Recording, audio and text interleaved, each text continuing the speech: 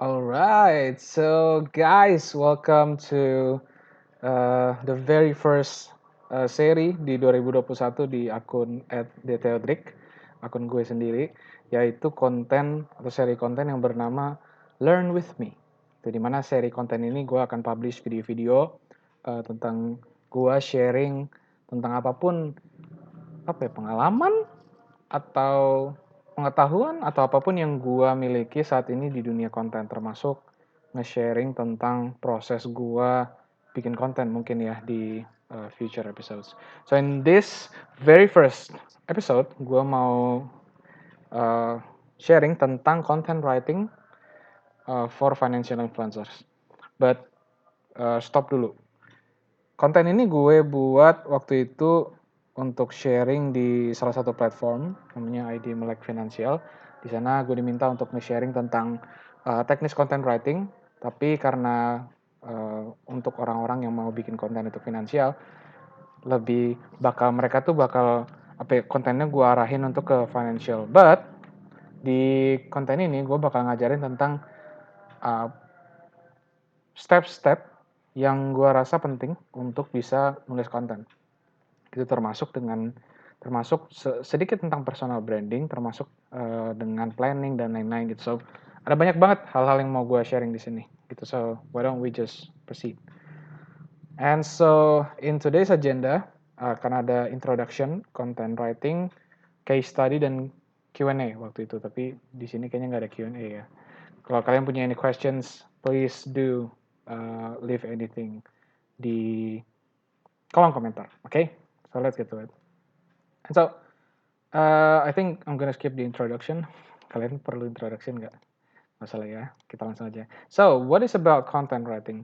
Kalau kalian ngeklik ke video ini, berarti kalian pengen belajar tentang content writing, gitu. Dan gue pribadi mengatakan bahwa content writing adalah the act of making a content for a media. Jadi ada sebuah wadah dan kita mau masukin sesuatu ke dalam media itu gitu. Jadi media itu tuh akan menjadi media yang berguna, akan jadi sebuah kontainer yang berguna kalau kita masukin sesuatu ke sana. Dan itulah satu art namanya content writing. Content creation, content writing, anything lah gitu.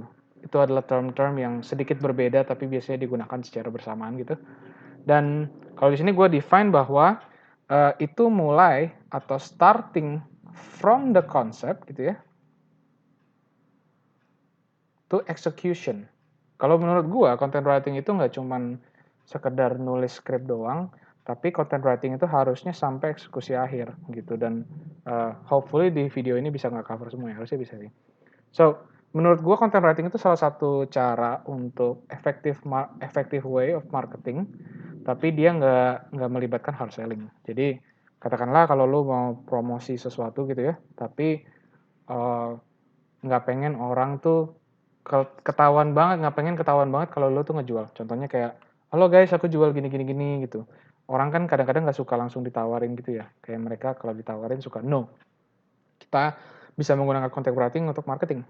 Tapi menurut gue, content writing salah satu bentuk promosi yang sangat valuable juga karena kita bisa memberikan value ke orang.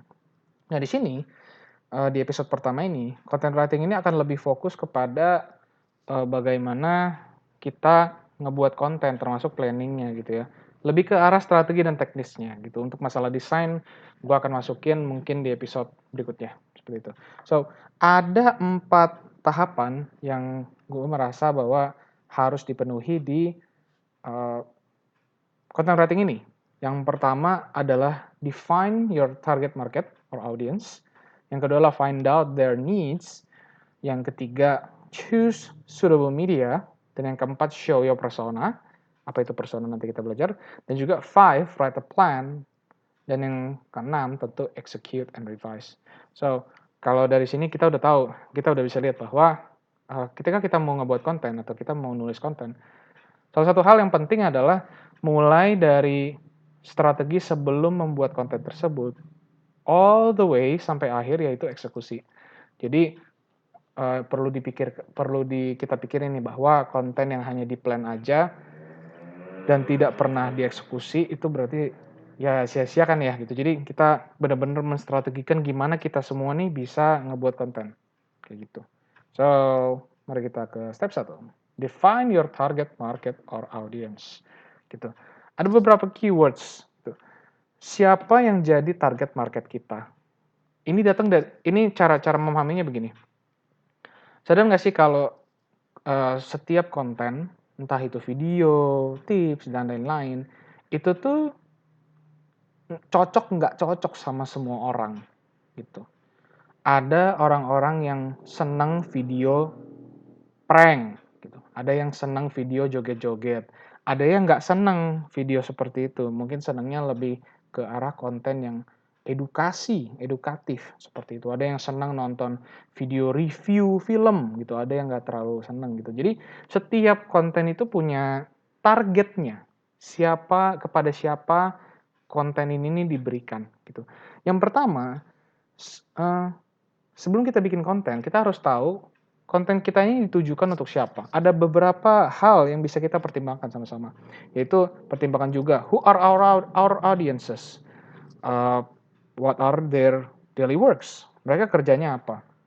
Mereka kerjanya ini apa? Tergantung kayak apa ya? Maksudnya kalau mereka adalah orang yang profesional, mereka yang kerja kantoran, mereka yang kerja 9 to 5, apalagi orang-orang yang sibuk sekali gitu, mungkin mereka mengonsumsi konten, tapi tidak dalam skala yang lama gitu. Jadi mereka mungkin, apa ya, aku bayangin kalau orang lagi istirahat kerja gitu ya jam 12 gitu, mereka ngecek HP, terus mereka ya udah scroll-scroll aja gitu. Mereka mengonsumsi konten yang ringan gitu untuk ya melepas penat lah gitu.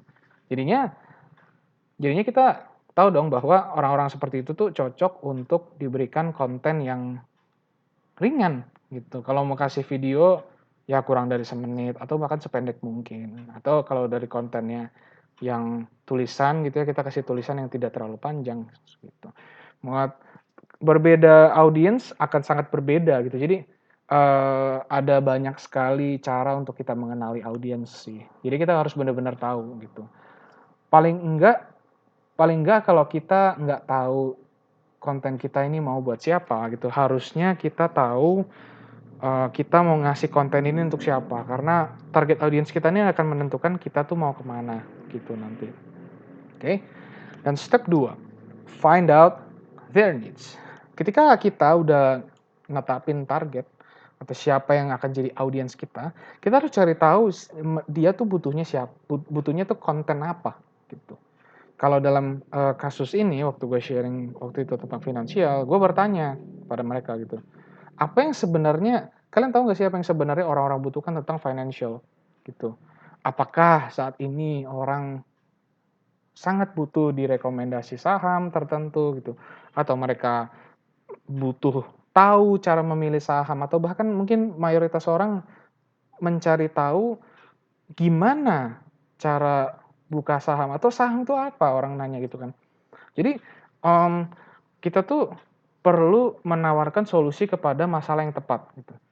Jadi, start by identifying, their needs gitu. Gimana caranya gitu.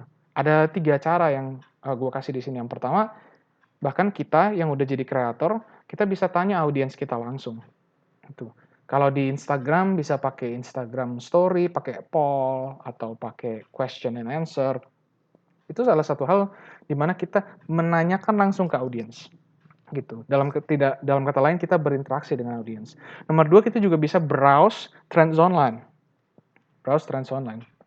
Gitu. Jadi di online ini kan ada tren orang bikin konten apa gitu. Sekarang lagi rame kontennya apa gitu.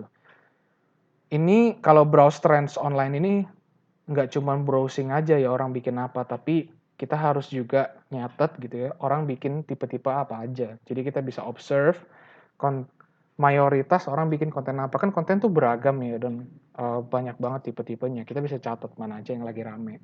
Nah, kita bisa coba replicate apa yang mereka lakukan. Yang ketiga, approach-nya lebih ke arah internal, yaitu brainstorm and select. Maksudnya adalah brainstorm. Kumpulkan aja ide-ide konten apa aja yang bisa dibikin gitu. Kalau mau bikin vlog ya bikin vlog, vlognya kayak gimana coba dipikirin. Gitu. Mungkin ada orang-orang yang suka untuk bikin apa ya, podcast gitu, dia mau bikin konten podcast. Ya udah tulis aja dulu, namanya juga brainstorming gitu kan. Mereka ngumpulin ide-ide aja gitu. Jadi mereka kayak begitu. Lalu pilih-pilih aja pada akhirnya mana yang cocok gitu. Intinya memiliki solusi atas pertanyaan yang mereka punya. Kayak gitu. Jadi ada 3 hal ini. And then step ketiga adalah choose suitable media. Kalau tadi gue bilang di awal bahwa konten ini kita create untuk media tertentu. Nah, media ini seperti wadah dan bentuknya beda-beda, diperuntukkan untuk beda-beda. Analoginya gini, kalau kita punya media mangkok kecil, mungkin isinya kita bisa kasih kayak apa ya, kuah gitu. Kalau kita makan pecel lele biasanya kayak wadah kecil tuh buat air kobokan gitu. Kalau buat mandi nggak bisa gitu, konten-konten yang besar gitu ya, mandi dalam tanda kutip harus bathtub gitu misalkan. Jadi wadahnya lebih besar yang bisa menampung sesuatu yang lebih besar. Setiap konten punya kecocokannya sendiri dalam hal ini gitu ya. Gue bilang choose your poison. Pick any social media gitu. Kalau lo punya konten video atau konten audio atau konten artikel, mereka akan apa ya? Mereka tuh punya tempat yang lebih cocok untuk mereka. Gitu. Kalau di sini gue ada 4 kuadran yang saat ini gue mau sharing ke kalian. Yang pertama, gue pengen kalian fokus ke arah visual focus. Visual focus adalah ini term nih gue yang coba kasih tahu sendiri ya gitu. Belum tentu mungkin beda orang beda term gitu. Tapi gue pribadi mikir bahwa visual focus adalah media di mana konten-konten di sana itu lebih fokus ke arah sosial, atau ketika kita masukin konten-konten yang visualnya bagus akan lebih diapresiasi di sana. Satu hal yang gue masukin gitu ya adalah TikTok, YouTube, Instagram, Pinterest, Snapchat. Mungkin ada media lain. Contoh paling gampang mungkin untuk memahaminya itu Instagram. Kalau kita baca tulisan semua di Instagram, bosan nggak sih? Bosan kan ya? Kalau kita bikin konten yang visual gitu, orang fotonya bagus, atau mau bikin konten tips tapi visualnya bagus, orang akan lebih tertarik melihatnya gitu. Baca sampai habis sih gue pribadi nggak tahu, tapi at least orang tertarik gitu, karena itu visual, mereka menampilkan full visual. Hal ini mungkin lebih kita bisa pahami di TikTok bahkan. TikTok tuh kan ketika kita buka TikTok kan langsung ada video full screen ya. Jadi obviously lebih menonjolkan sisi visualnya dibandingkan sisi lain. Nah, ada nggak yang lain? Ada, yaitu yang di sini gue bilang text heavy. Text heavy berarti medianya ini lebih mendukung konten-konten yang berbasis tulisan atau berbentuk tulisan. Contohnya ada WordPress, blog gitu kan, Blogspot kan WordPress, ada Wattpad, ada Twitter, dan juga ada Medium. Keempat hal ini bisa dimasukin media visual, tapi hanya pendukung. Mereka ini dibuat untuk tulisan tuh dimasukin di sana. Contohnya apa ya? Contohnya kita yang dulu atau sampai sekarang masih sering ngeblogging gitu ya, kita sering melakukannya di Wattpad atau di WordPress, sama-sama ya. Di WordPress ini nih kita lihat orang tuh cerita, banyak kan tulisan ya, dimasukin gambar-gambar sekali-sekali biar orang nggak bosan. Tapi kan mayoritas tulisan ya, memang untuk baca di sana. Medium pun seperti itu. Wattpad pun kita baca kayak novel digital gitu kan. Jadi tulisan heavy-nya gitu. Kalau kita taruh full video di sana, mungkin orang juga bingung gitu karena nggak cocok, kurang cocok gitu. Tapi ada media-media yang ngebalance dua aspek itu, yaitu ini yang gue bilang, visual text hybrid. Kenapa Medium, Twitter, sama WordPress masuk lagi ke sini?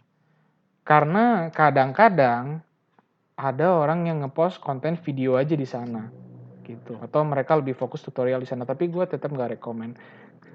Terutama Facebook ini kan kayak kita bisa ngepost konten teks, kita bisa ngepost konten kayak artikel gitu kan, kita bisa juga ngepost konten yang video, ada orang yang kasih caption sedikit doang, habis itu dia kasih video gitu kan. Jadi Facebook ini cukup versatile, itu yang istilahnya. Jadi mirip-mirip kayak gitu. Ya Medium pun juga begitu, tapi nggak terlalu apple to apple. Dalam artian Facebook ya media sosial gitu. Medium mungkin hanya media digital gitu. Beda, peruntukannya beda. Seperti Twitter pun media sosial. Jadi peruntukannya beda, tapi konten yang dimasukin itu beda-beda seperti itu. Tapi ada hal yang pengen gue coba nih fokusin, yaitu ke arah Rising Star. Apa itu Rising Star? Rising Star ini adalah platform-platform yang saat ini potensial banget buat orang-orang baru tuh create konten di sana. Contohnya LinkedIn dan TikTok. LinkedIn dan TikTok ini menarik. Waktu gue ada guest lecture di kampus gue, gitu, yang sharing materi itu Pak James dari Bapak-Bapak ID. Dia sharing kalau LinkedIn saat ini nih potensial karena organic reach. Organic reach itu apa? Mungkin nanti kita akan bahas di episode berikutnya. Tapi organic reach atau gampang banget orang-orang tuh untuk bisa berkoneksi satu sama lain gitu. Jadi kontennya belum banyak. Kalau di LinkedIn ini kontennya belum banyak. Orangnya banyak di sana, tapi yang buat konten tuh sedikit. Jadi masih ada potensial yang besar sekali. Ditambah lagi LinkedIn ini kan satu media sosial khusus untuk profesional ya. Gitu. Kalau nggak salah punyanya Microsoft, if I'm not mistaken. Kalau Instagram kan punyanya Facebook ya. Itu TikTok punyanya gue lupa. Tapi intinya mereka sama-sama media sosial. Jadi LinkedIn ini masih cukup potensial, apalagi TikTok.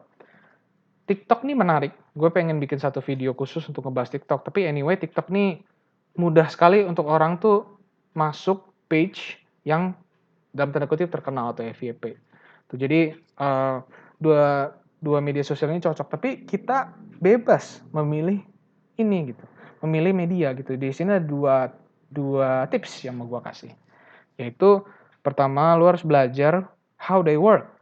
Tuh. Jadi konten gimana cara ngepost konten di TikTok, misal kalau bisa ngeditnya gimana, harus ngaturnya gimana gitu, atau bahkan how their work ini bisa sampai logaritma lo kayak pelajaran matematika. Algoritma media sosial ini apa? Itu adalah misalkan Facebook, gimana cara mereka milih konten yang bagus gitu. Kalau kita sering like, naiknya gimana?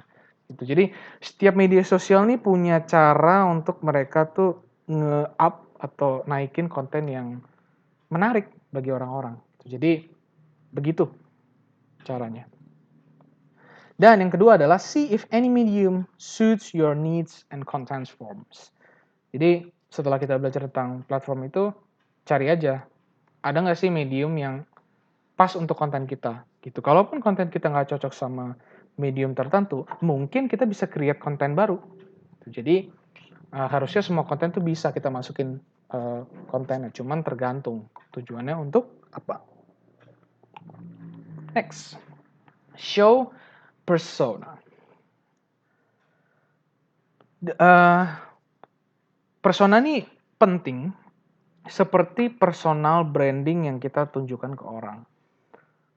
Kalian sadar nggak sih bahwa banyak banget yang bikin konten sebenarnya. Orang yang mencoba untuk memberikan kita sesuatu yang berfaedah itu banyak. Yang bikin konten sesuatu tentang topik tertentu pun banyak. Contohnya orang yang ngevlog, bikin konten ngevlog banyak. Ngevlog tentang makanan juga banyak gitu. Jadi ada banyak sekali gitu. Jadi nggak ada konten yang benar-benar 100% purely unik gitu. Hanya repackaging yang berbeda. Yang ngebuat orang bisa stand out dari satu dengan yang lain atau ngebuat orang tuh bisa terkenal, lebih dikenal, adalah persona mereka atau seperti gimana orang ngelihat dia gitu, keunikan dia tuh apa. Kalau di sini ada dua karakter yang gue pribadi kasih lihat, yaitu katakanlah kita mau jadi financial influencer. Ada dua persona yang bisa kita kasih lihat ke orang. Pertama, professional influencer, financial influencernya punya gaya profesional. Jadi Dia tuh lebih serius cara ngasih taunya, bahasanya, cara dia ngomong juga mungkin lebih serius, pemilihan kata juga mungkin lebih serius, lebih straight to the point gitu. Jadi bener-bener pak pak pak pak pak pak, teknik gitu. Tuh. Dan dia juga bisa pilih fokus, "Oh, aku mau fokus di skill entrepreneurship atau skill bisnis aja, aku nggak mau bahas yang lain." Gitu, bisa jadi gitu. Ada juga karakter lain, "Oh, aku mau jadi orang yang cool, cheerful, informal, storytelling. Oh, jadi asik banget kita kayak dengerin dia cerita padahal tentang sama, materinya sama gitu. Tentang financial juga.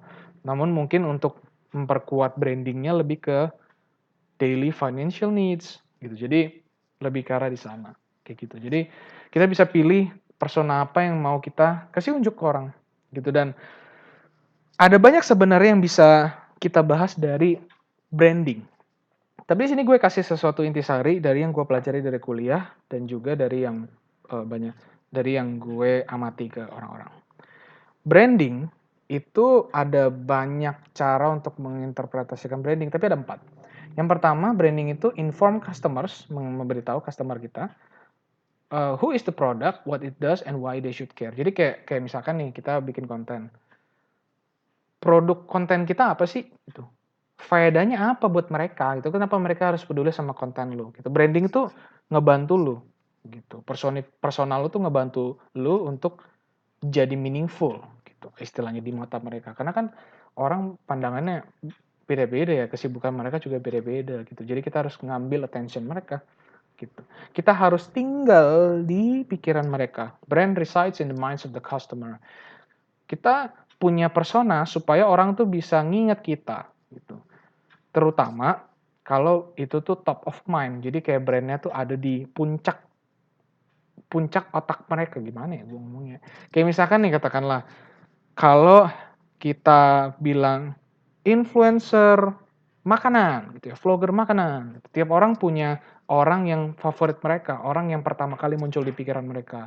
Yaitu itu adalah uh, in top of mind mereka gitu, satu brand yang sangat penting bagi mereka gitu. Dan ini ngebuat kita berbeda, differences gitu. Di sini ada importance of brand to consumers or firms, but I think I'm gonna skip it.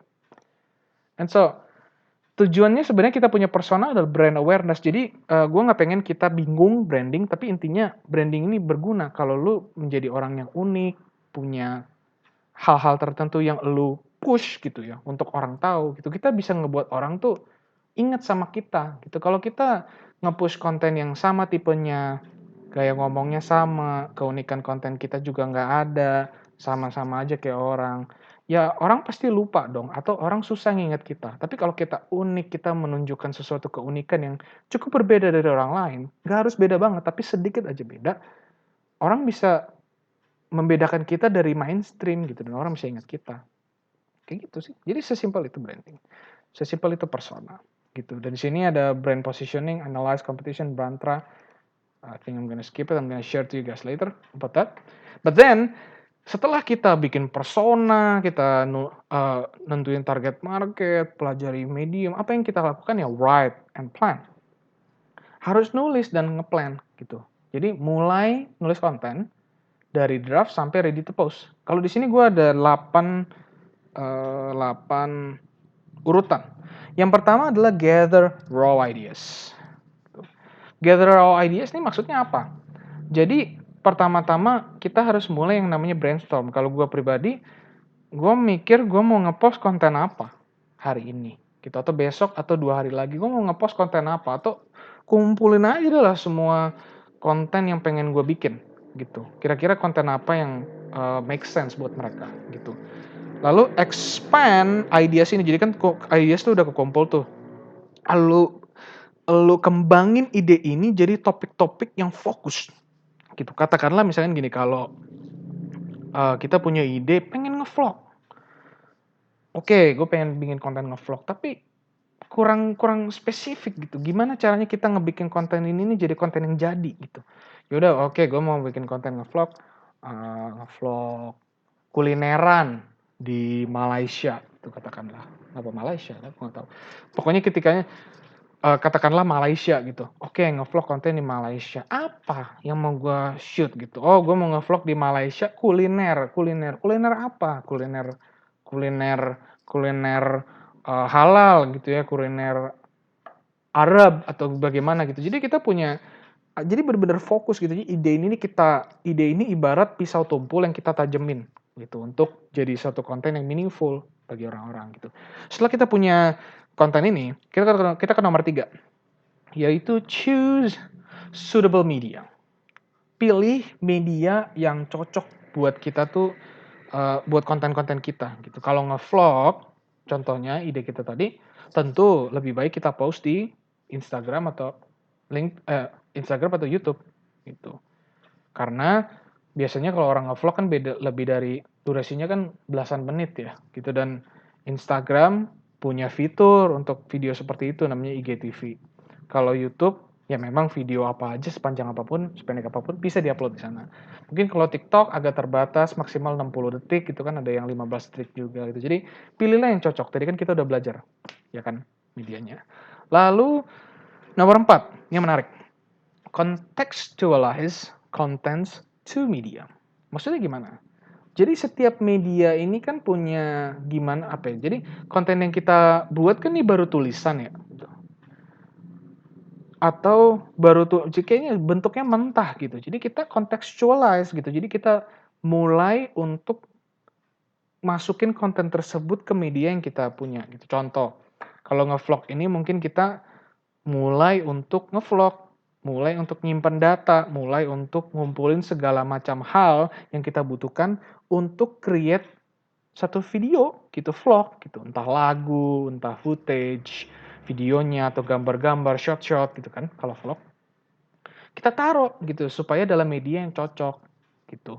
Katakanlah kalau vlog ini mau kita convert jadi satu tulisan artikel yang menjelaskan keindahan kuliner halal di Malaysia di WordPress katakanlah. Ya udah mulai contextualize, mulai bikin narasi, mulai bikin tulisan gitu ya.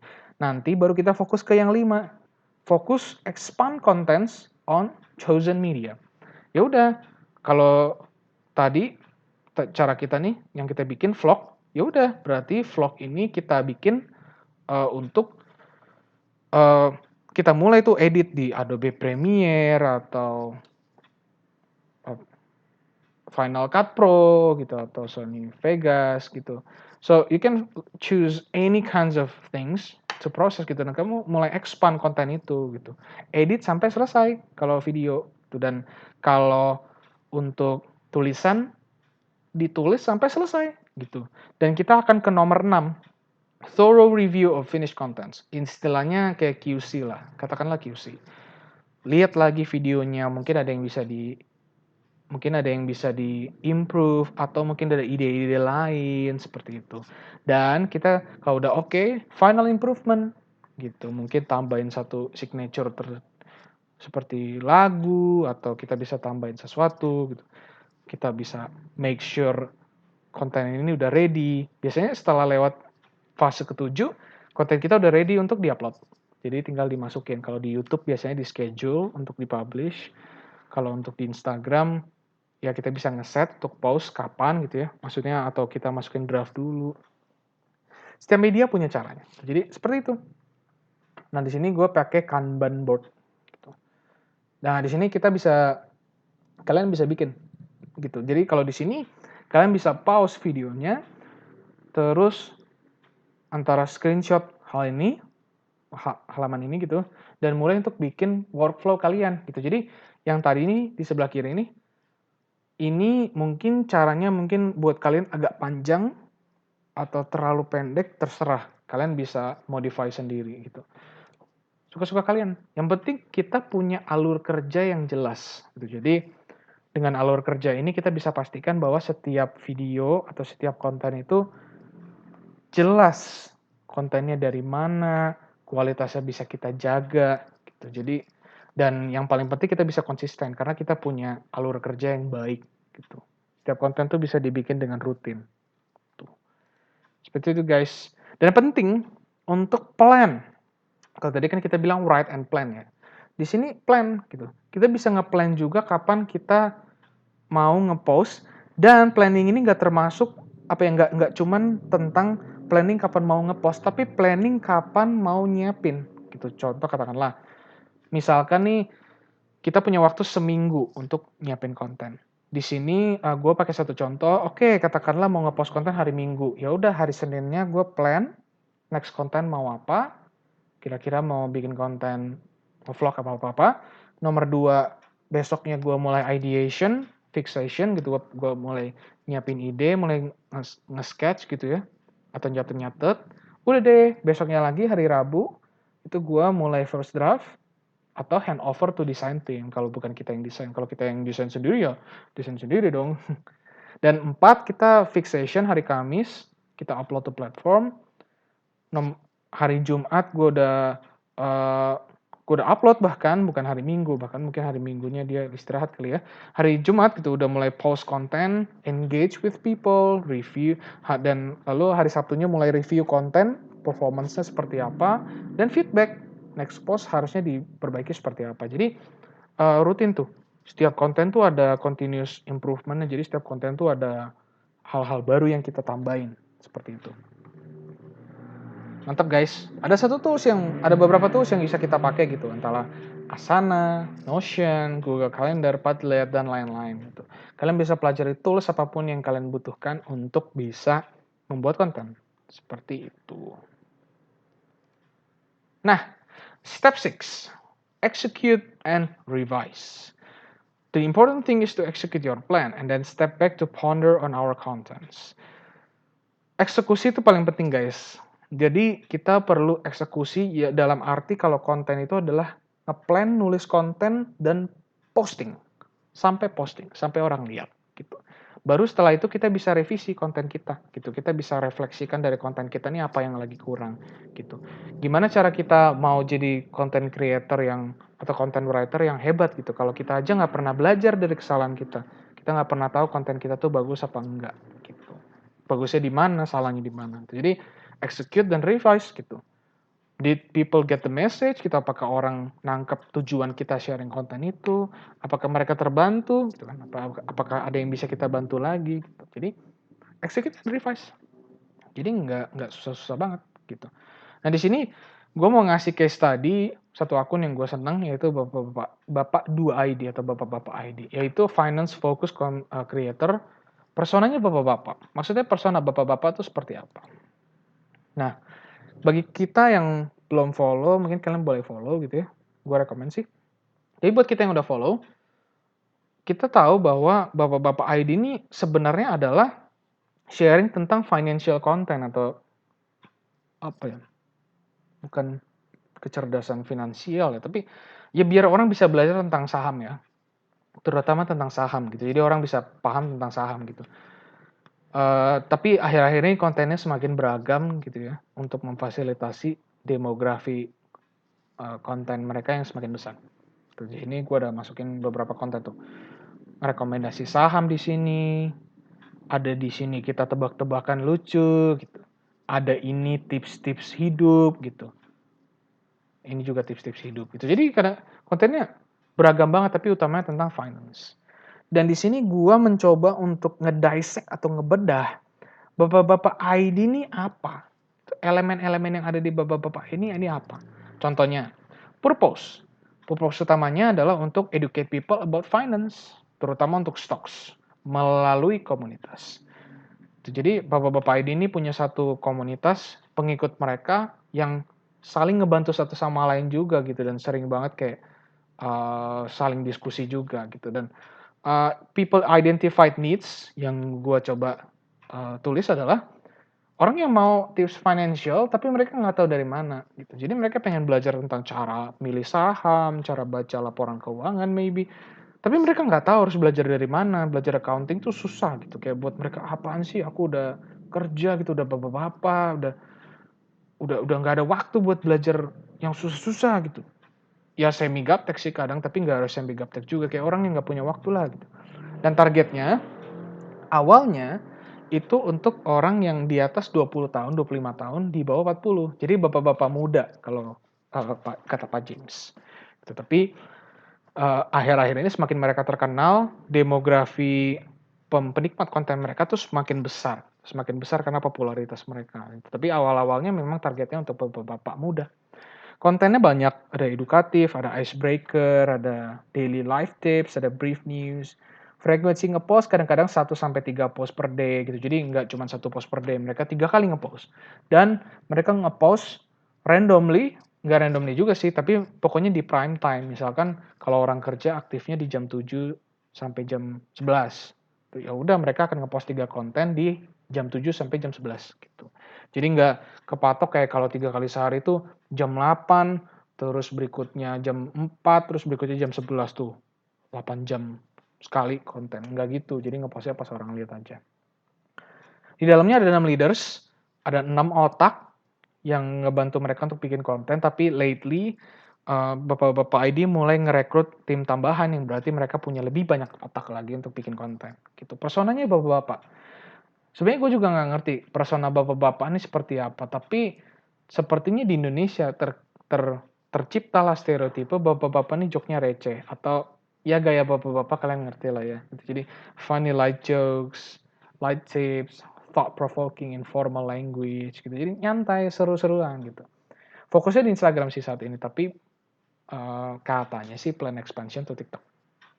Jadi ada pembedahan konten tuh bisa kayak gini, tapi bisa juga bedah kontennya bisa yang lain gitu. Kita bisa dapat banyak banget insight atau ilmu dari satu akun gitu. Kita bisa bedah. Gitu. Biasanya gue coba akun terkenal. Di sini gue kasih satu contoh, beberapa contoh bahkan gitu. Akun-akun yang waktu itu dalam embel-embel sharing tentang financial juga sebenarnya. Ada Zep Finance Financial Cool, mungkin ada influencer lain seperti Raditya Dika, Kapten Saham, Felicia Putri Ciasaka gitu, dan banyak banget yang lain gitu. Mungkin kalau kalian topiknya beda, ada sih banyak kayak content creator di topik tertentu yang bisa kalian pelajari. Kayak gitu. Nah, menurut gua yang paling penting adalah seek to provide value not as a great teacher but as companion in arms. Dengan empati kita bisa menarik perhatian orang. Ketika kita bukan jadi orang yang mencoba untuk ngajarin mereka, tapi jadi orang yang mencoba untuk sharing karena kita merasakan hal yang sama dengan mereka. Mereka merasa bahwa mereka punya teman. Mereka lebih mendengar kita. Gitu sih. Semoga quote-nya bener ya. Oke. Thank you teman-teman. Udah, mungkin itu aja konten untuk hari ini. Cukup panjang ya. Jadi untuk kali ini gue sekian di sana gitu ya. Tentang content writing for financial. Nah, content writing for financial influencers. Gue harap ilmu di sini ini cukup untuk ngebikin kita untuk bisa content creation gitu ya. Untuk kedepannya gue bakal ngepost banyak konten seperti ini gitu ya, terutama tentang journey gue untuk bikin konten. Mungkin ada insight-insight lain yang mau gue bikin. Maybe posting a podcast as well, but we'll see. Oke guys, thank you yang udah nonton sampai di sini. Sampai di sini post ini akan gue post di YouTube sebenarnya, tapi gue juga akan post di Instagram dan juga di platform lain mungkin. So remember to like, follow, subscribe, nyalain lonceng, apapun lah yang bikin kalian bisa update sama konten gue. Okay? Thank you guys for watching sampai akhir. I guess I'll see you in the next video. Goodbye.